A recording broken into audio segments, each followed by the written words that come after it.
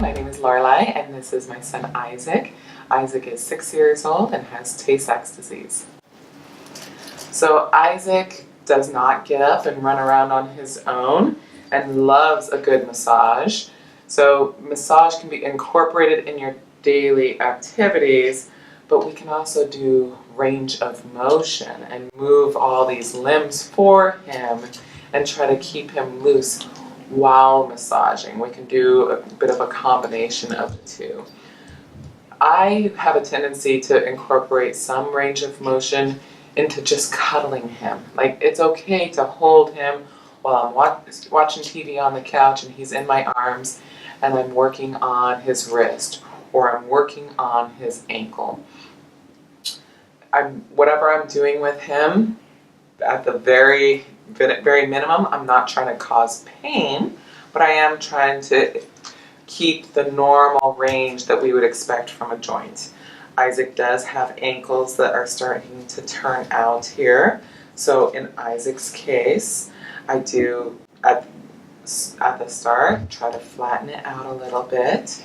I apply a little bit of pressure at the base of his large toe. He's very ticklish, so he's jumping a little bit for us here. Oh, yes.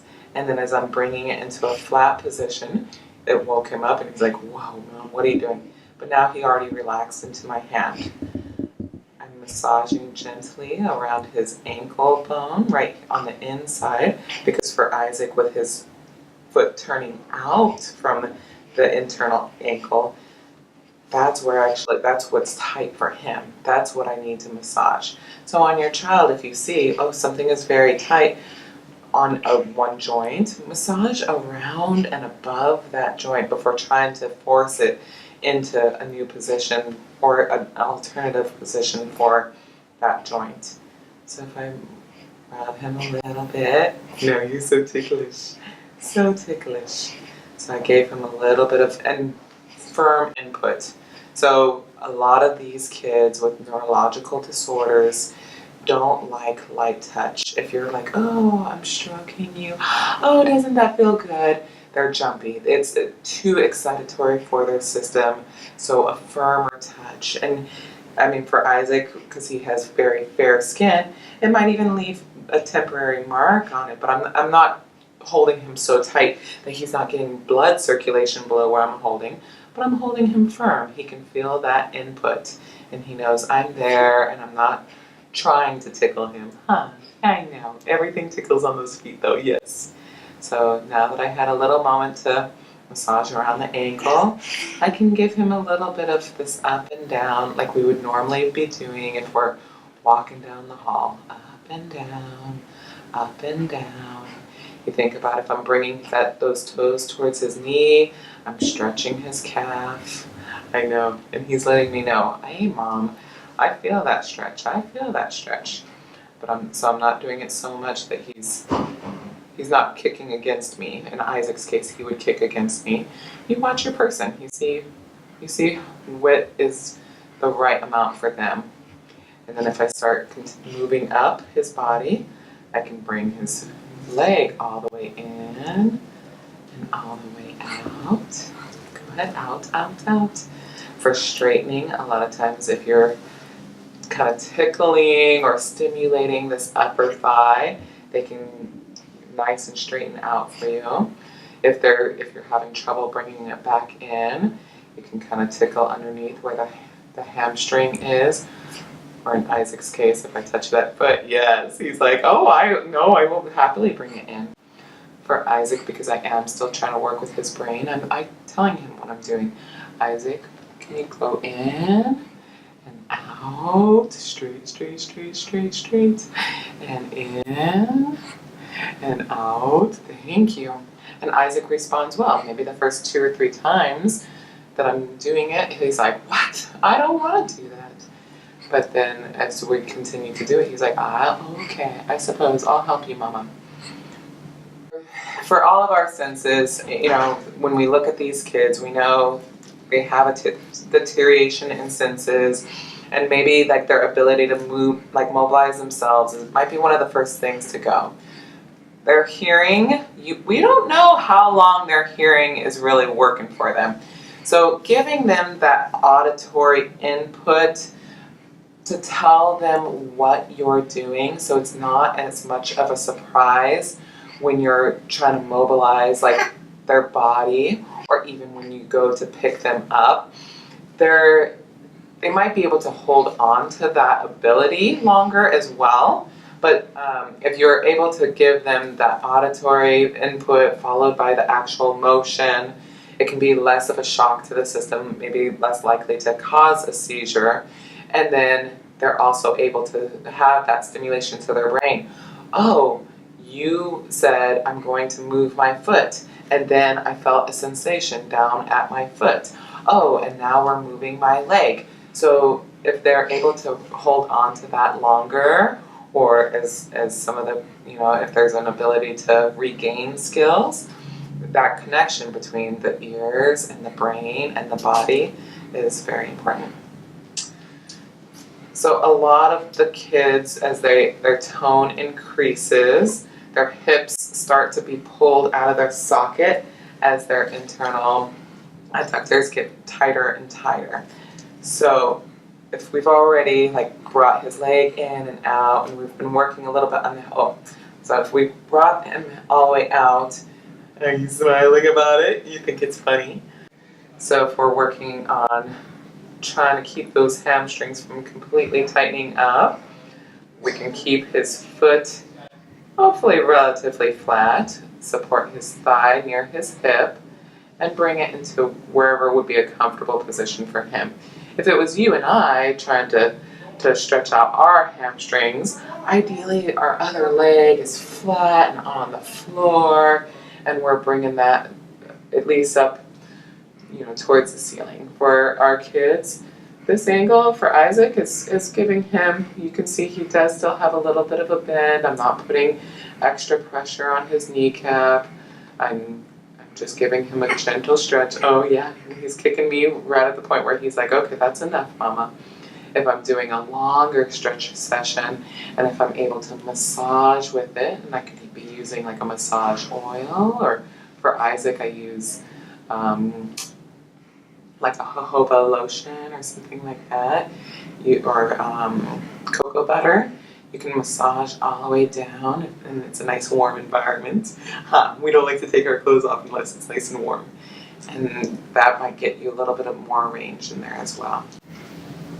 But then those internal thighs that we were talking about tighten up with a lot of these kids are important to keep nice and loose, because we want to be able to change diapers long term.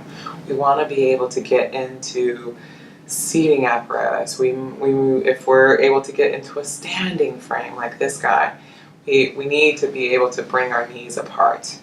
So Isaac, over time, he had tightened up so much that he actually had hip surgery to put his hips back into their socket, because his knees were just getting so tight, and then eventually he was getting very long and straightened and trying to scissor his ankles. So we knew, okay, for him we had to do a hip surgery. But if you can prevent that early on, both by stretching and maybe sleeping with a pillow between the knees, that would be much more ideal. So I'm bringing his feet and his ankles together. If your person can still put the soles of their feet, the soles of their feet together, that would be fantastic, because we want to do a nice butterfly. Isaac does not like his feet to touch each other because they're too ticklish or something, So I'm rocking him, and as I'm giving him this gentle input, I have my hands firmly on his knees, but I'm not tickling, I'm not really gripping him, but I'm firmly there, and he knows, oh, I'm here, and we're rocking our pelvis, and you can see his knees are opening further and further towards the bed.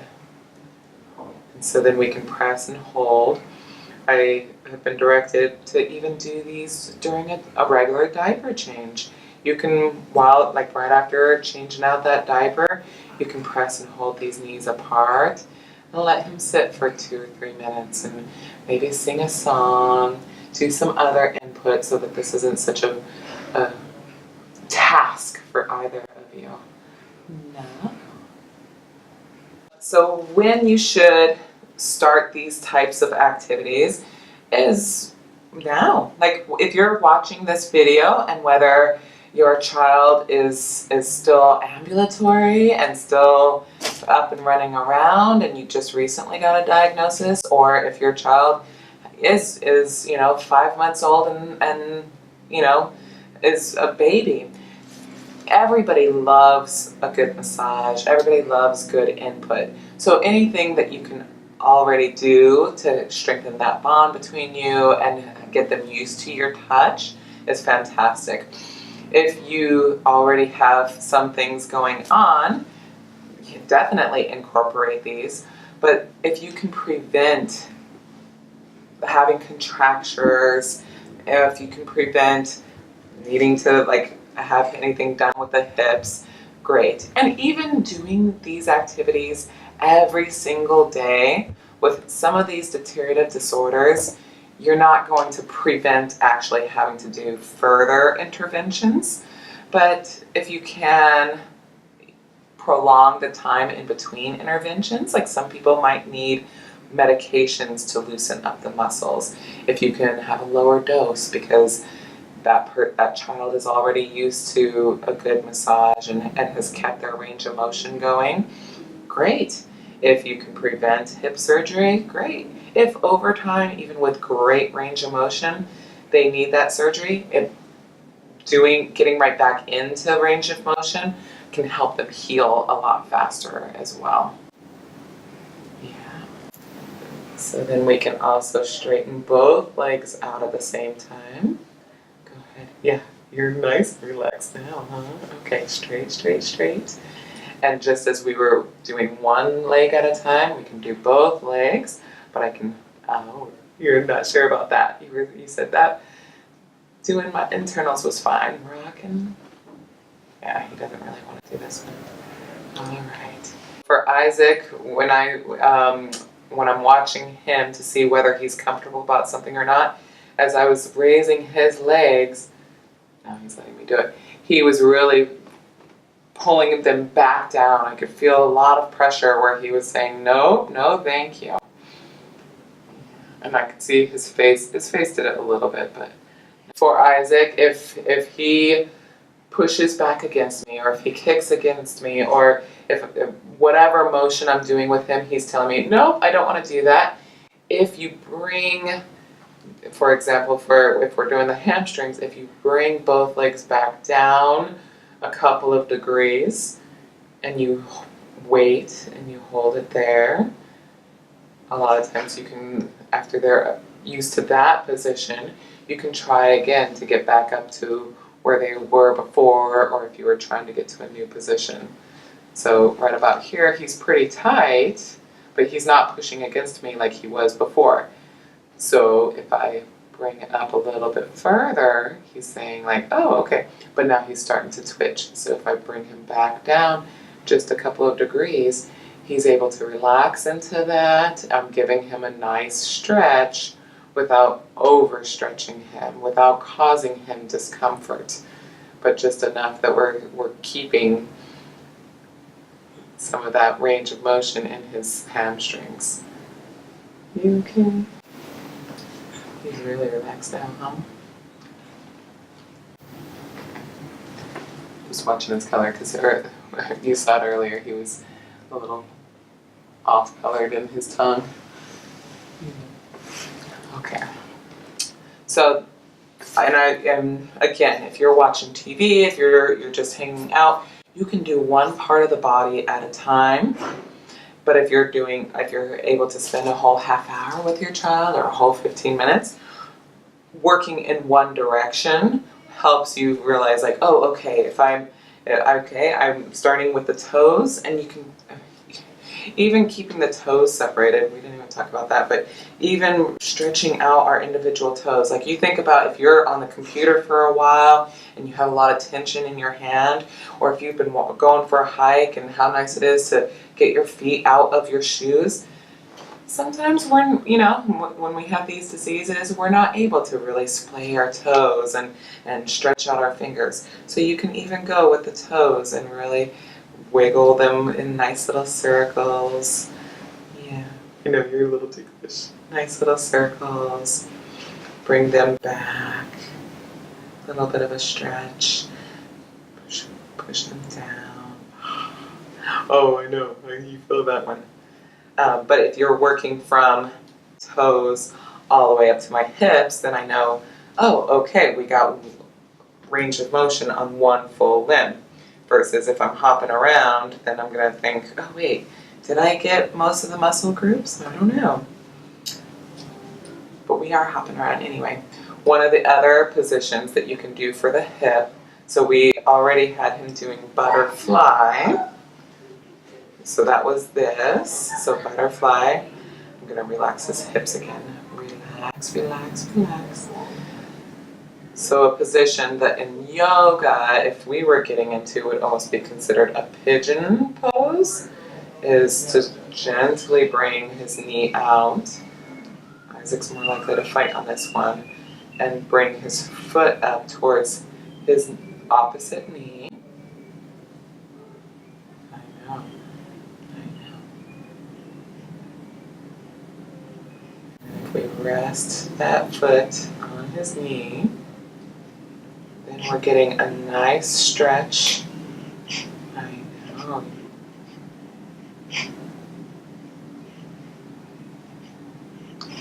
And we're really helping. Oh yeah, open all that up.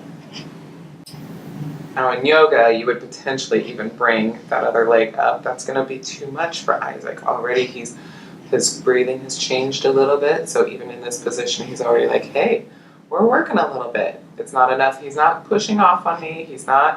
Everything else is not tense. But for Isaac, his breathing has changed a little bit.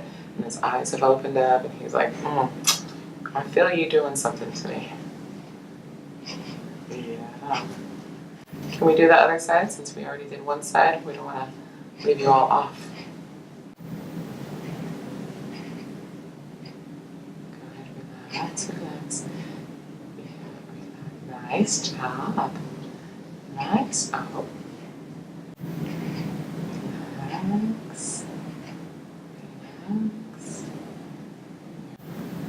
Oh, I know. So he's the one bringing his knee back up towards him. I'm just applying gentle, firm pressure on his knee here, saying, oh, I'm here. I'd like you to relax into it. And then he relaxes into it. And then we can hold it. A lot of these positions we're moving through a little quicker than you might do at home. You might hold a position for 30 seconds and just talk through it and sing songs. A lot of our kids really like music and are much more likely to be distracted by music and motion than if you're just in a quiet environment and trying to, okay, let's get your exercises done. Boom, boom, boom, boom. Huh? You're not a fan of that? Okay, so if I move upward here, I'm going to slide you down towards me, or I'm going to slide up towards you.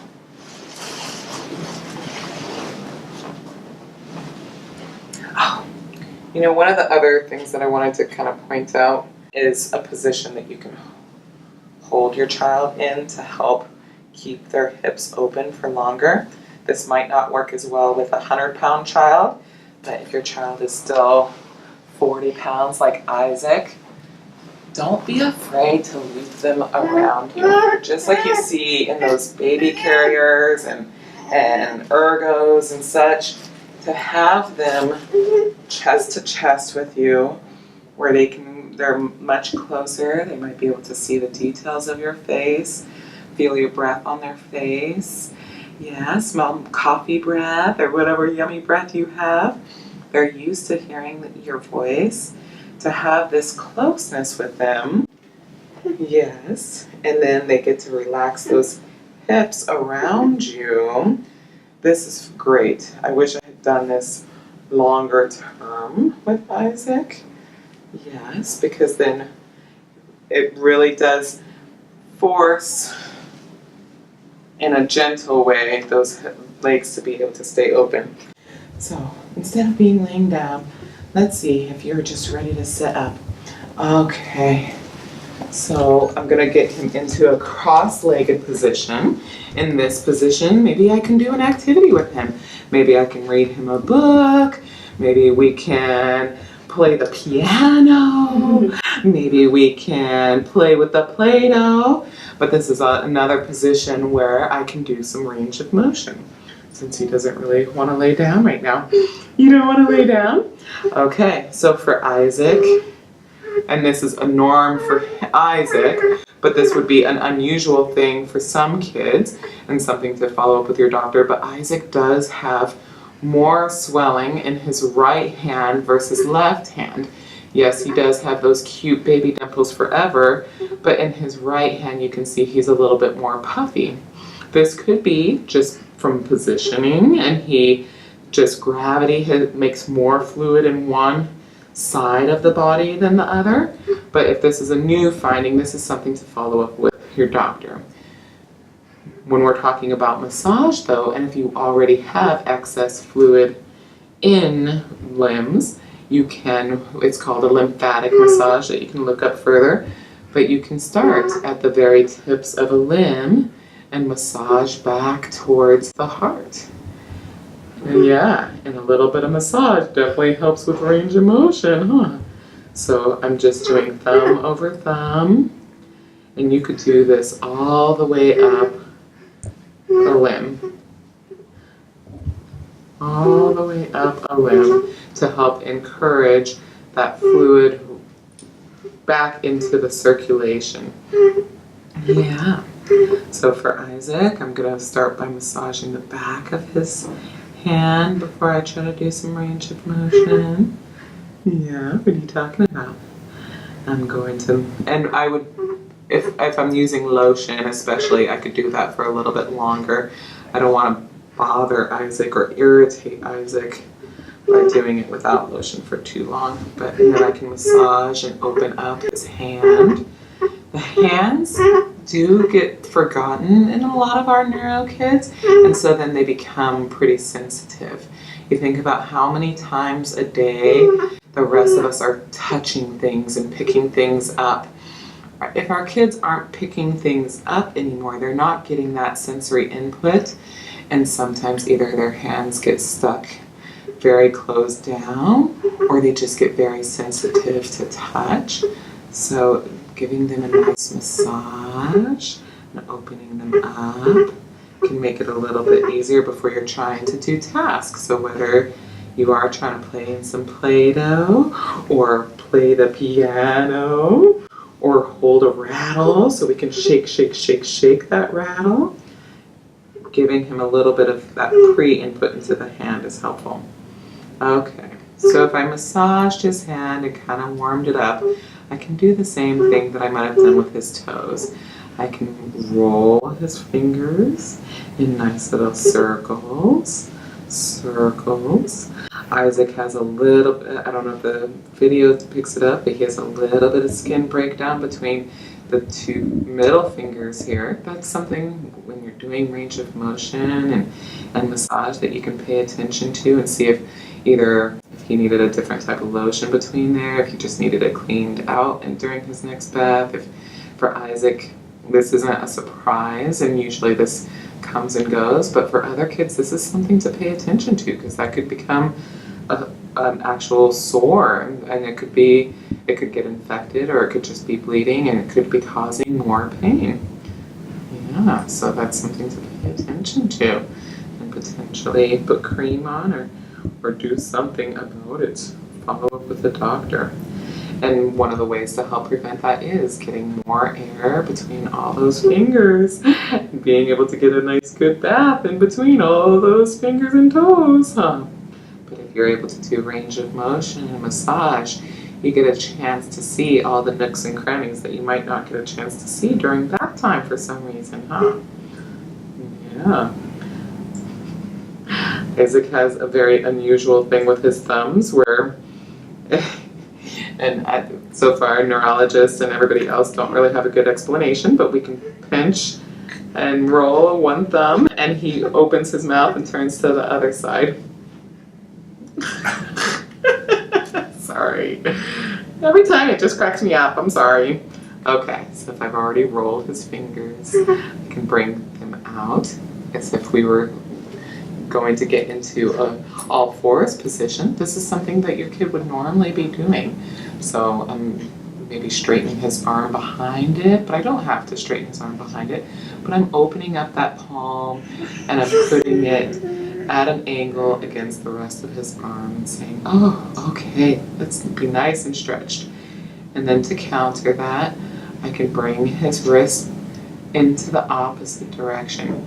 And you see, if your child already has started to really be in a more fisted position, if you're able to apply a little bit of pressure at the base of the hand with maybe your thumb, and then bring one of your other fingers on top of the knuckles, you can really start to bring his hand down and open up those fingers. Like just that motion, if you try it on yourself, you really can't get into a fist here. So if your child is already getting into a tight fist and you're trying to open them up, whether to clean or just to give that range for the day. And I think it's probably a martial art move, huh? Martial arts on the child. But yes, you can really open up that whole hand. Oh, relax. This is one of the massages that I think kind of gets missed a lot of times. Okay. So in whatever position you have them in, whether you're laying them on their belly, and belly time is still an important factor as long as they seem to tolerate it. So they're not having respiratory distress on their belly, they're not acting like they're in pain. I mean, usually with a brand new baby, we put them on their belly, they're not excited about it, they might cry about it, but it's good for muscle development. So you can still put these kids onto their belly. One of the ways that you can kind of relax them into it is by massaging these scapula, so right behind, or the traps, so right between the scapulas. So for Isaac, this is an alerting and relaxing massage at the same time. It's amazing. So his spine, and he does have curvature to his spine, but so his spine is right here, and right now I have to hold him to keep him on the table, but if I'm massaging, I'm using my thumbs to go from the spine. I'm not massaging the spine itself. That's annoying. Don't try it on yourself. Don't massage on the bone. But I'm just these nice small strokes between his spine and his scapula. And a lot of these kids, just like us as adults, hold a lot of tension, a lot of knots right in this area right here. So if you're able to give them a little massage here, they might be able to lay on their belly a little bit longer. They might be able to sit up. They might be able to alert to a task. I use this when he's pretending to sleep for his therapist or his teacher. And I'll say, oh, no, we're going to wake up. And so here I was using my thumb. The only reason I'm using my fingers on this side is because I'm holding him with my other hand. You got to be kind to your own body. We were kind of talking about body mechanics earlier. Whatever you're doing for your child, still pay attention to yourself. If I'm always using my fingers like this, I'm going to start to be in pain later as well. And when I'm sitting up with him, I'm trying to be aware of my spine, and I'm trying to sit up in a good position so that I'm taking care of my core and my body so I can be around to take care of him for a long time. I did take I did take a massage class before. One of the good massages for our kids, and that can be also found online, is they call it like an I love you massage. So that might be a good massage just to start with for belly health. Are you gonna let me lay you down? I appreciate it, thank you. So you can start with that. There's usually like child massage classes or things like that. And it still is applicable, whether they're talking about massaging a baby and they teach you to massage a baby doll, And you can definitely take that to a larger child. Everybody likes a good massage. But some of the things that you might learn for range of motion might come from your physical therapist, your occupational therapist. But an I love you massage might be helpful with their bowels. So again, I would use oil because like really pressing on the skin is going to be annoying. I love you really starts with an I. So then you're, oh, you know what? I think it's sorry. I. So the bowels go in a circular a clockwise position. So you really don't want to massage against peristalsis. Peristalsis is the movement of our bowels to move food from the stomach out of the body. So peristalsis is in a circular pattern. So anything that you're doing, try not to back everything up by going in a counterclockwise direction. So I love you massage is something, again, that they teach in child massage classes, but you're starting on, like, the very end of digestion is on the left side of the body. So you're starting on the left side with a simple I, and they do it maybe 3 times. Again, I could do this at a slower pace, and with lotion would be much better. And then you do your L, so you can do sweep across the stomach and down, an L, and then a U, the I love you. And you're doing sweeping all the way underneath the rib cage. Even with a tube, you can still do it. You can move right around it. You're not pushing deep in. You're not trying to annoy the stomach, but you're encouraging some movement of the bowels or just relaxation of the belly. This can help get gas out. This can help get other things out. For him, because his ribs are like right here, I can do a finger above. I have a tendency to go both. Like I'll do one above, I'll do one below. But I'm not, either way, I'm not pushing hard on that section of his stomach. You can definitely massage the ribs in between the intercostals, and because you're being in these slumped positions, whether they're in positioning equipment or wheelchair or whatever, everything is getting compressed down. So if you're laying down and you're trying to elongate, you can massage between the ribs, but that's a different massage than something where you're trying to help with the digestive tract. So if you're trying to massage between the ribs, you can kind of try to hold at the hip and just around the shoulder, do a little bit of a rocking, again getting that little bit of movement in, and then you can massage between the ribs. But again, that's just something to help elongate that whole torso, because if you think about everything that and if we talked about positioning, everything that causes you to slump down can close down on your digestive tract, close down on your respiratory, your lungs and everything. So anything you can do to get longer feels relaxing and nice. Tone is something that definitely can fluctuate based on type of disease process within your own child, or seizure activity. There's something called hypertonia, so like everything is very tight. They might like always seem like they're tense and ready to run. They're flexing all their muscles at the same time. Also in that realm, if they're always at a excited tone, if they're hypertonic, they might also be burning a lot of extra calories, just as an aside on that. But so if they can have extra tone or hypertonia, they can have low tone or hypotonia. So then they can be, let's see, so Isaac is mixed tone, so especially after seizure activity, he might be nice and relaxed, but going into a seizure, he might have increased tone. Isaac has nice big biceps because that's where like he holds a lot of his excess tone, and these are always I know, huh? These are always in an increased tone. but then his neck, he doesn't have as much tone there. And so then he might be what's maybe somebody has referred to your child as a floppy baby. Those are babies with lower tone.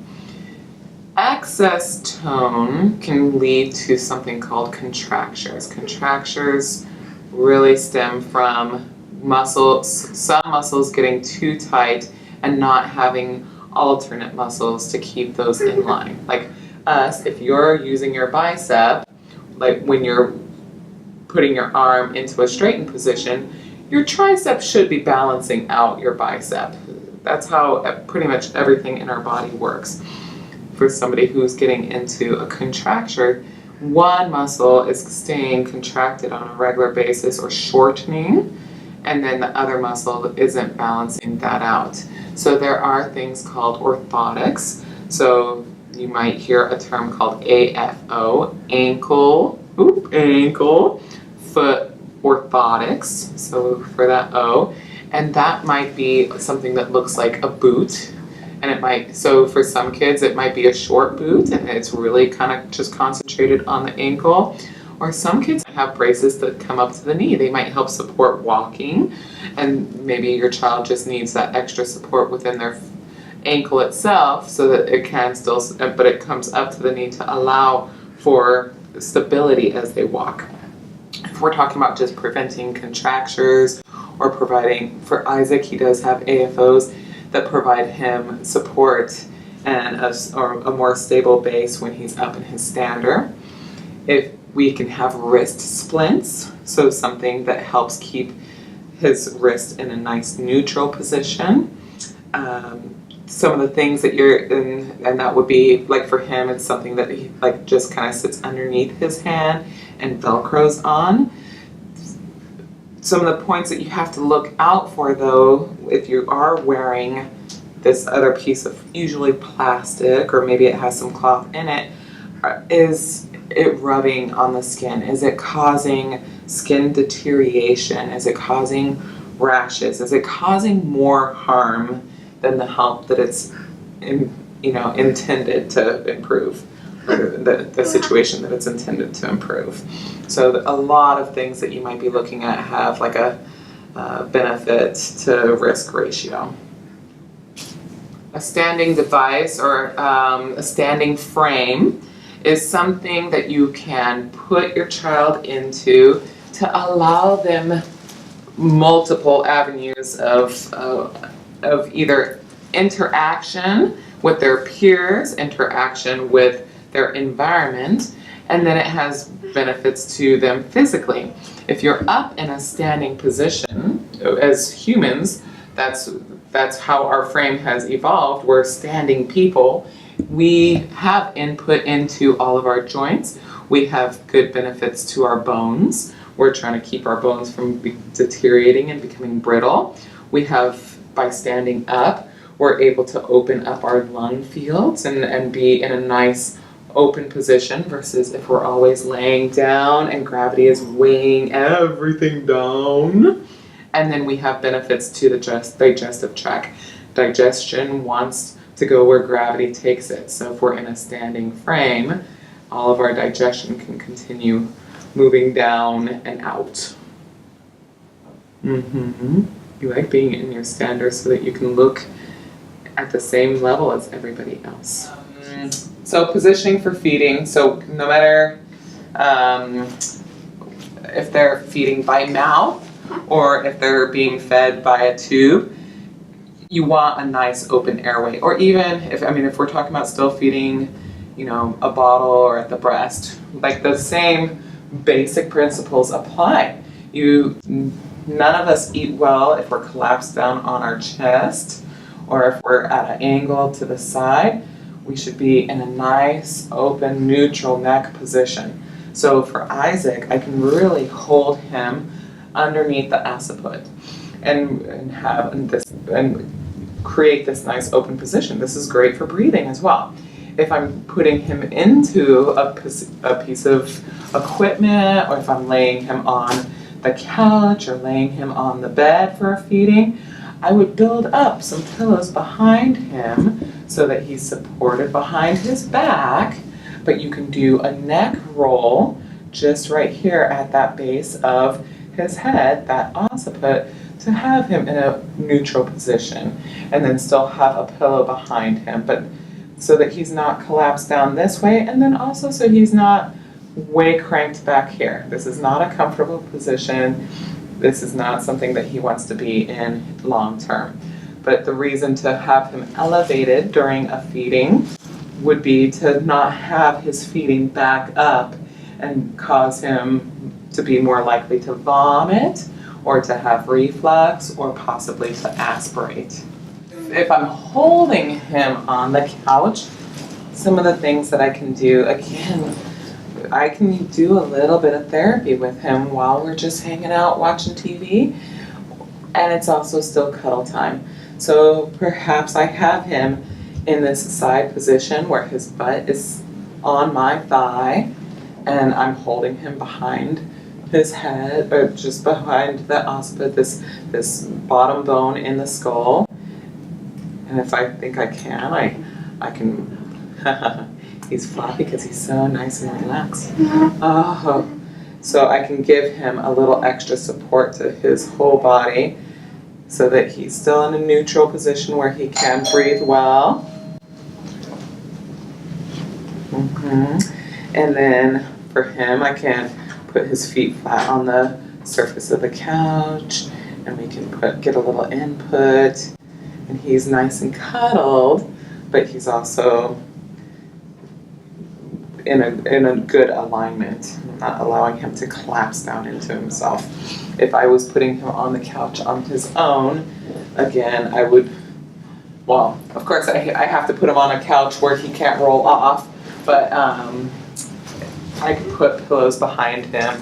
I could have him in this cross ankle position and have pillows behind him and a neck roll. If I have him on a recliner, lots of people like to sit out on the recliner. I can put his legs out in front of him, build up pillows possibly to his sides. If I'm putting him on just a regular couch, like I don't have a specialty positioning device, like a device or anything, maybe put a little bit of support here and have him still at a higher angle, and then have that neck roll behind his head so that he's not collapsing forward and he's not way back.